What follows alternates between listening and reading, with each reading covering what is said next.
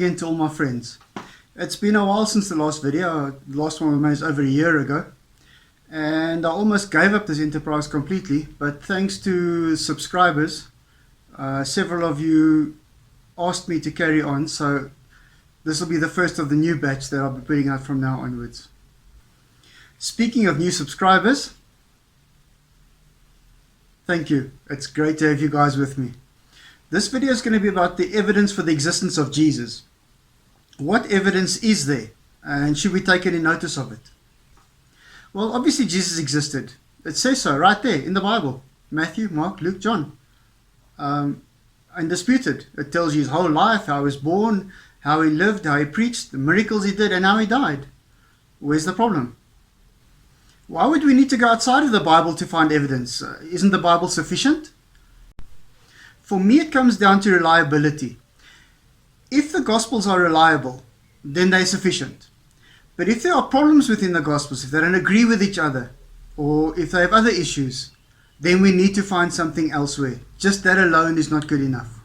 The Gospels don't agree with each other on virtually anything, from the birth of Jesus, his life, his teachings, his miracles, his death, his resurrection. Comparing the different stories in the different books, Matthew, Mark, Luke, and John, it is clear that they can't agree on anything. It is so severe, there's a special phrase for it. It is called the synoptic problem. I'll give you two quick examples. The birth of Jesus. In the book of Matthew, he's born during the reign of King Herod, who we know died in 4 BC. But in Luke, he is born when the governor of Syria, Quirinius, takes a census, who we know only held the position of governor from 6 AD onwards.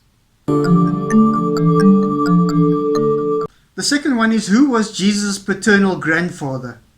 In the book of Matthew, Jacob was the father of Joseph, but in Luke, Heli was the father of Joseph. So was Joseph's father Heli or Jacob? Alright, so if the Bible is not sufficient on its own, we would need some kind of extra biblical assistance. Which historians, authors, whether they're Roman, Jewish, Egyptian, wrote anything to tell us that Jesus actually existed, and whether he did miracles or anything else about his life?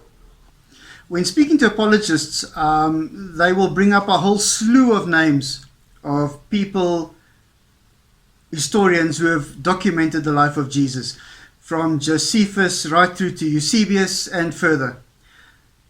Can we take them all at their word, at face value?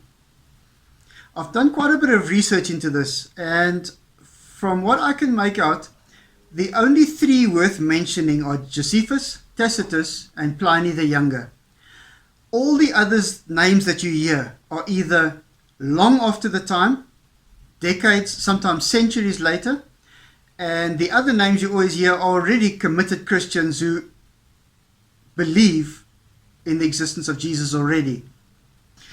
Right, the first person I'm going to focus on is Flavius Josephus. He was a meticulous historian of Roman and Jewish times. His two biggest works were the Antiquities of the Jews and the Jewish War. Josephus was born in 37 AD. He was born 4 years after Jesus died. That is the closest historian to the time of Jesus that we have. Alright, so what did Josephus have to say about Jesus? Okay, well, in his writings, The Antiquities of the Jews, he wrote, "About this time there lived Jesus, a wise man, if indeed one ought to call him a man, for he was one who performed surprising deeds, and was a teacher of such people as accept the truth gladly. He won over many Jews and many of the Greeks. He was the Christ, and when upon the accusation of the principal men around us, Pilate had condemned him to a cross, those who had first come to love him did not cease. He appeared to them, spending a third day restored to life. For the prophets of God had foretold these things, a thousand other marvels about him. And the tribe of the Christians, so called after him, had still to this day not disappeared." Now, although this is the best attestation about the life of Jesus that we have in antiquity, there are many, including Christian scholars, who agree that this is probably an interpolation. This was added later. Not only do we think we know who that somebody else is, but I'm going to first explain to you why we believe that Josephus himself did not write this. The one thing about Josephus is he was meticulous. He would explain things in painful detail. If there was ever a word or a phrase or something that was new or that he thought people didn't understand, he went to great lengths to explain what it was. In this passage, he writes about the Christ. Now, there are several reasons why Josephus wouldn't have used this word, or if he had used this word, he would have explained what it meant.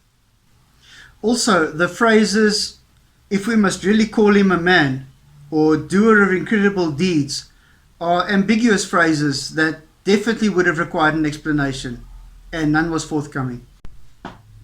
He would also have explained the phrase, he won over many Jews and Greeks, what it was that Jesus was winning them over to.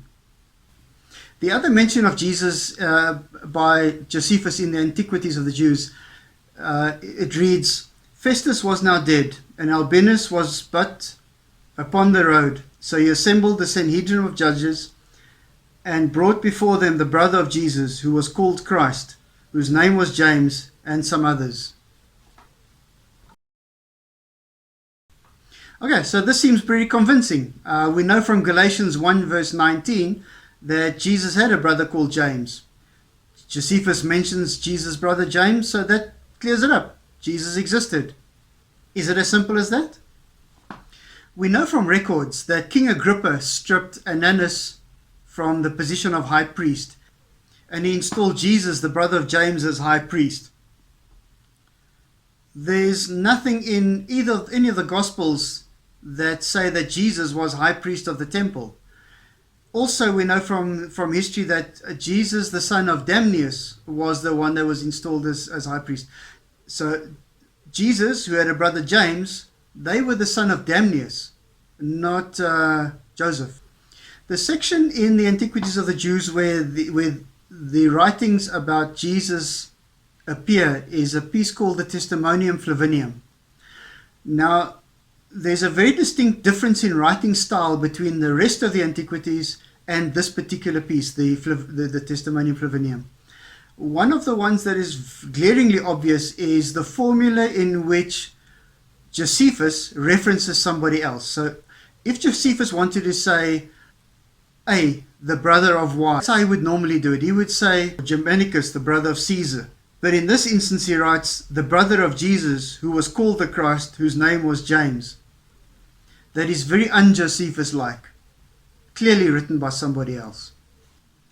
Interestingly, not a single writer before Eusebius of Caesarea in the 3rd century, including Irenaeus, Clement of Alexandria, or Tertullian, none of them mention Josephus' reference to Jesus in the Testimonium Flavianum. Origen of Alexandria, for example, who wrote prolifically in defense of the faith, never mentioned these passages from Josephus. Why not? Probably because they hadn't been written yet. So if Josephus didn't write the Testimonium Flavianum, who did? Eusebius of Caesarea, who I mentioned previously, in the 3rd century, was the first person to recite portions of the Testimonium Flavianum. So it is believed by many scholars that Eusebius actually wrote this portion of Josephus's book. But why would he do something so dishonest? In chapter 31 of his work, Preparatio Evangelica, Eusebius writes, I have repeated whatever may rebound to the glory and suppressed all that could tend to the disgrace of our religion. And then further on in the same chapter he says that it will be necessary sometimes to use falsehood as a remedy for the benefit of those who require such a mode of treatment. Eusebius is admitting that he needs to emphasize the good and hide the bad as far as his religious convictions are concerned. As a matter of fact, he's saying it is better to lie for the good of the religion, for the good of the faith. The next of the prominent writers to take a look at would be Publius Cornelius Tacitus. He was born 56 AD. He was a Roman historian and politician. Although he doesn't mention Jesus by name, he does mention the words Christians and Christus in book 15 of his work, The Annals. Hence, to suppress the rumor, Nero falsely charged with the guilt and punishment with the most exquisite tortures the persons commonly called Christians, who were hated for their enormities. Christus, the founder of the name, was put to death by Pontius Pilate, procurator of Judea, in the reign of Tiberius. Tacitus wrote the Annals 80 years after the death of Jesus and over 700 miles away. He was in all likelihood repeating an urban myth that had been in circulation for 70 years, and whose source was most likely the Christians themselves. Also bear in mind at least 3 of the 4 Gospels were around at the time, and Tacitus may have been influenced by at least one of them. Pliny the Younger, who was born 30 years after the death of Jesus, is the next of the historians I'd like to take a look at. He doesn't mention Jesus, but he does mention Christians and Christ in a letter that he writes to the Emperor Trajan regarding this group of people that he's not heard a lot about, but he'd like to know what to do with. He'd like to get some legal opinion from the emperor for refusing to worship the Roman gods. He writes, "Those who denied that they were or had been Christians when they evoked the gods in words dictated by me, offered prayer with incense and wine to your image, which I had ordered to be brought for this purpose, together with statues of the gods, and moreover cursed Christ. None of those who are really Christians, it is said, can be forced to do so. These I thought should be discharged. Others named by the informer declared that they were Christians, but then denied it, asserting that they had been, but had ceased to be. Some 3 years before, others many years, some as much as 25 years. They all worshipped your image and the statues of the gods, and cursed Christ." So although Pliny doesn't mention Jesus by name, he does mention Christians, but by the very context of the letter, he's saying that he's unaware of the existence of Christians, aside from the complaints he's received. The only other historian making reference, once again, not to Jesus, but Christus, is Suetonius, who was born in 69 AD. He wrote a book called The 12 Emperors, where he did biographies of 12 of the emperors from Julius Caesar to Domitian. In chapter 25 of his book on Claudius, he writes, "Since the Jews constantly made disturbances at the instigation of Christus, he expelled them all from Rome." So was he referring to Jesus when he said Christus? Since Claudius reigned from 41 to 54 CE, some 10 to 20 years after the death of Jesus, they couldn't have been expelled from Rome because of the instigation of Jesus himself. Christus was a fairly common name at the time, so it wouldn't have been inconceivable that somebody else had caused a disturbance calling himself Christus at the time of the reign of Claudius.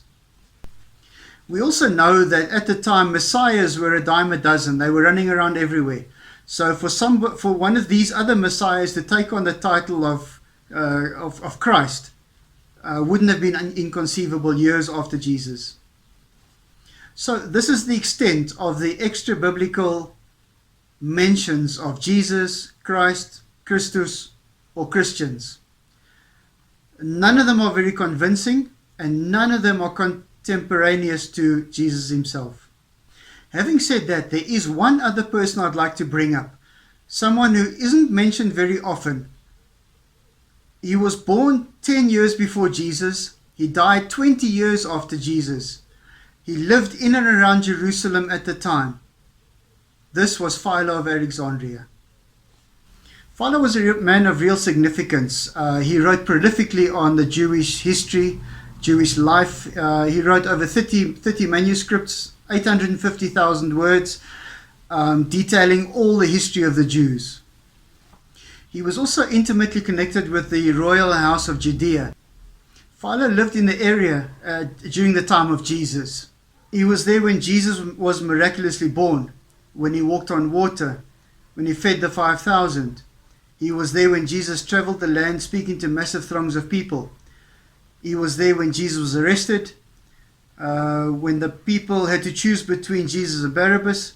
He was there when Jesus was crucified, died, was removed from the cross, placed in the burial chamber, and he was there even when Jesus rose from the dead 3 days later. He was also there when the day turned dark, when the earth quaked, and all the long dead saints stood up out of their graves and marched into Jerusalem, greeting their old friends along the way. So Philo, who was well positioned to document all these occurrences in great detail, didn't do so. Not a word. So I find this curious, why Philo, living in the area at the time of Jesus, didn't document any of these newsworthy items. Either they didn't warrant attention, or the stories were just exaggerations many years later, or Jesus didn't exist at all. Who knows? I don't know if Jesus existed or not. I'm okay with the idea that there was an itinerant preacher, an apocalyptic preacher, covering the area, finding like-minded people to follow him and to agree with his teachings and his thoughts.